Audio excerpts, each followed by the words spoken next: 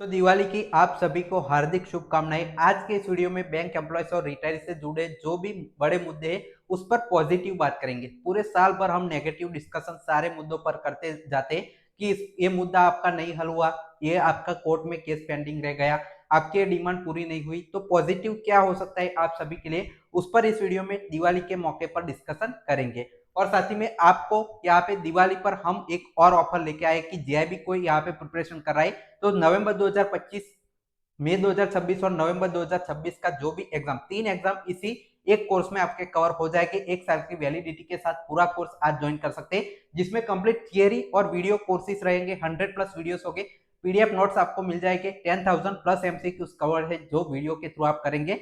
इसमें mock test भी मिल जाएगी और आपको मेरी पर्सनल मेंटरशिप भी मिल जाएगी।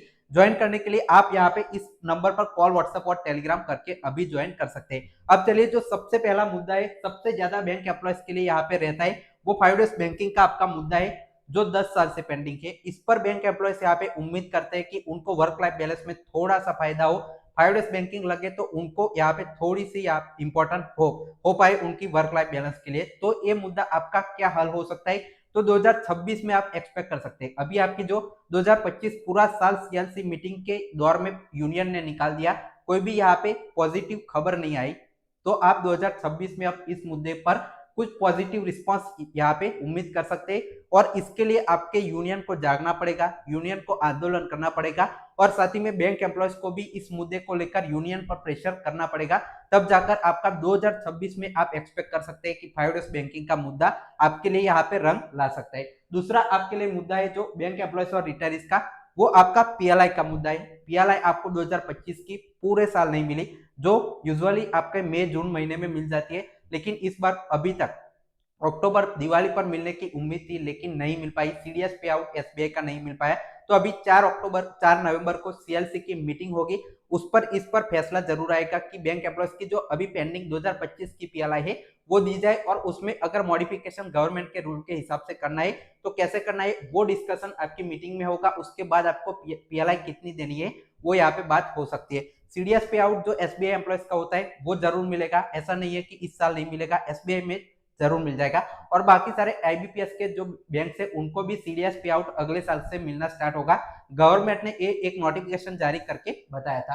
अब आपका जो नेक्स्ट मुद्दा है 13 बीपीएस, तो 13 बीपीएस में आप यहाँ पे 2027 से नवंबर से ड्यू होने वाला है, जिसमें आप उम्मीद कर सकते हैं कि इस बार पॉजिटिवली आपके लिए खबर रहेगी, आपकी सैलरी में ज्यादा हाइक देखने को मिलेगी। अभी क्या हुआ, जो 12 बीपीएस लगा उसमें 5 डेज बैंकिंग मुद्दा बनाया गया और कहा गया कि 5 डेज बैंकिंग हम आपको लेकर देंगे, आप सैलरी में कम हाइक लीजिए। लेकिन इस बार ऐसा नहीं होगा। इस बार जो बैंक एम्प्लॉयज है वो पूरी तरह से यूनियन पर प्रेशर करेंगे और यूनियन आईबीए पे प्रेशर करेगा कि 13 बीपीएस में हमें सैलरी ज्यादा चाहिए। ऐसा नहीं कि 5 डेज बैंकिंग का आप नाम लेंगे और 5 डेज बैंकिंग लगाने की बात करेंगे और सैलरी कम बढ़ाएंगे, तो आपका जो फैक्टर है सैलरी का वो बड़ा यहाँ पे ज्यादा बढ़ेगा। क्योंकि इंश्योरेंस में अभी थोड़े दिन पहले वेज रिविजन हुआ, जिसमें आपने देखा होगा उनकी बेसिक पे ही 80,000 से ज्यादा यहाँ पे चली गई। तो अब यहाँ पे मान के चल सकते हैं कि इस बार जो बैंक एम्प्लॉयज की सैलरी है वो ज्यादा हाइक होगी, जो पहले 12 बीपीएस के मुकाबले। अब आपका जो नेक्स्ट मुद्दा है वो आपका डीए का है। तो डीए अभी नवंबर से बढ़ने वाला है, तो आप एक्सपेक्ट कर सकते हैं, मैंने एक और वीडियो बनाया था जिसमें आपको बताया था कि बैंकर्स का डीए है वो आपका 3 से 4% तक बढ़ सकता है। मतलब मैंने पूरा आपको कैलकुलेशन से बताया था मैक्सिमम मिनिमम, उसमें 2.7% से लेके 3 यहाँ पे 2% के बीच आपका जो डीएनएस अलाउंस है वो बढ़ सकता है। आपने वो वीडियो नहीं देखा तो जाकर चैनल पर अभी देख सकते हैं। और यूनिफॉर्म डीए की बात करें तो देखिए, अभी आपका जो गवर्नमेंट ने एक नोटिफिकेशन निकाला था जिसमें आपके सीपीआई के जो अंक है उसमें फेरफार किया गया था, जो उसकी जो कैलकुलेशन की प्रक्रिया है वो अभी लेटेस्ट जो सीरीज चल रही है 2022-23 की उस पर ट्रांसफर किया था। तो सिर्फ अभी यूनिफॉर्म डीए का जो बैंक रिटायरी से जो प्री नवंबर 2002 से है उनका यहाँ पे 1960 सीरीज से जो डीएनएस अलाउंस है वो कैलकुलेट होता है। तो वो भी एक्सपेक्ट कर सकते हैं कुछ महीनों के बाद आपका जो डीए है वो यूनिफॉर्मली सभी के लिए 2016 सीरीज पर अभी जैसे रेगुलर बैंक एम्प्लॉयज को मिलता है वैसे ही बैंक रिटायर्स के लिए भी इस पर अच्छी खबर आपको यहाँ पे देखने को मिलेगी। अगला आपका पॉइंट है जो आपका बैंक पेंशन अपडेशन का मुद्दा, जो बैंक रिटायरीज का सालों से पेंडिंग है, 30 साल हो गए लेकिन ये मुद्दा सॉल्व नहीं हुआ। उनको यहाँ पे अलग अलग चीजों से यहाँ पे मनाया जाता है, जैसे एक्स ग्रेशिया का इंट्रोडक्शन कर दिया गया था अभी पेंशन अपडेशन के बजाय आपके 12 बीपीएस में। वैसे ही आपका सुप्रीम कोर्ट में एक और केस चल रहा है, एमसी सिंगला केस। अगर वो पक्ष में आएगा तब जाकर बैंक का पेंशन अपडेशन होने के चांसेस है।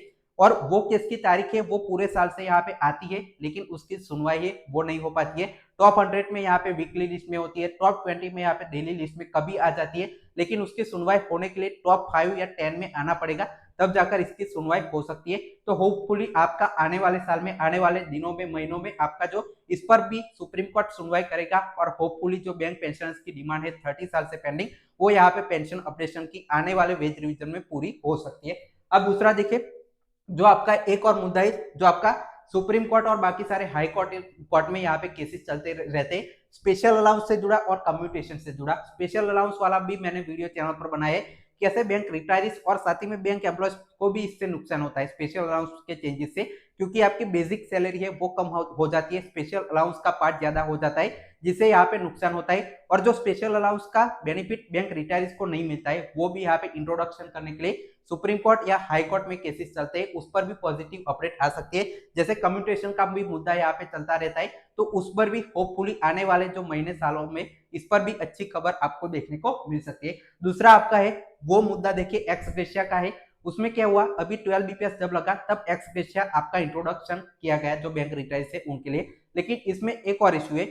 जो आपका जब सेटलमेंट हुआ था उसमें लिखा गया था अप्रैल महीने में हर साल ये जो आपका वेज जो जब रिवीजन इसका होता जाएगा, मतलब इसको जो बढ़ाया जाएगा, लेकिन वो अभी 2024 के साल में 2025 के साल में दोनों बार आपका बढ़ाया नहीं गया है, तो इसका रिवीजन की जो है वो मांग कर रहे हैं बैंक रिटायर्स। तो होपफुली ये आपकी जल्दी ही जो डिमांड है वो आने वाले अप्रैल में तीनों जो आपके बाकी पेंडिंग हो गए 2 साल के, उसका जो आपका एरियर से और साथ ही में जो अभी नया आएगा वो भी आपको मिलने की उम्मीद आप कर सकते हैं। अब एक और आपका मुद्दा रहता है जो सबसे ज्यादा अभी हाल के दिनों में चर्चित है, जिसमें आपका जो बैंक का मर्जर हो गया और बैंक का प्राइवेटाइजेशन हो गया। तो अभी खबरें बहुत ज्यादा चल रही है कि 2027 में 4 जो बैंक है उनका मर्जर 3 बड़े बैंकों में होने वाला है, लेकिन इस पर क्या है कि अभी सिर्फ सोर्सेस के हवाले से खबर आपकी आती है। तो अभी बैंक ऑफ महाराष्ट्र के जो यूनियन है उन्होंने सरकार से पूछा है कि अभी जो खबरें चल रही है मर्जर की, क्या ये सही है या नहीं। तो अब सरकार का जो जवाब आएगा उसका वेट रहेगा कि ये सिर्फ रूमर से या फिर इसमें सच्चाई भी है। सच्चाई भी है, मर्जर भी हो जाता है, तो आपको ज्यादा टेंशन लेने की बात नहीं है, क्योंकि आप यहाँ पे बैंक में ही इवेंचुअली जाएंगे और जो आपके जो आईबीपीएस बैंक हो गई या एसबीआई हो गई सभी में सेम ही होता है। और अगर आप एसबीआई में आपकी बैंक का मर्जर होता है तो आप फायदा भी मान सकते हैं उसमें, क्योंकि आपकी सैलरी बहुत ज्यादा बढ़ जाती है। तो ये सारे मुद्दों पर होपफुली आने वाली दिवाली तक आपको पॉजिटिवली रिस्पॉन्स इन सभी जो मेजर मुद्दे बैंक एम्प्लॉयज रिटायर्स पर देखने को मिलेगा। फाइनल टेक्स्ट पहुंच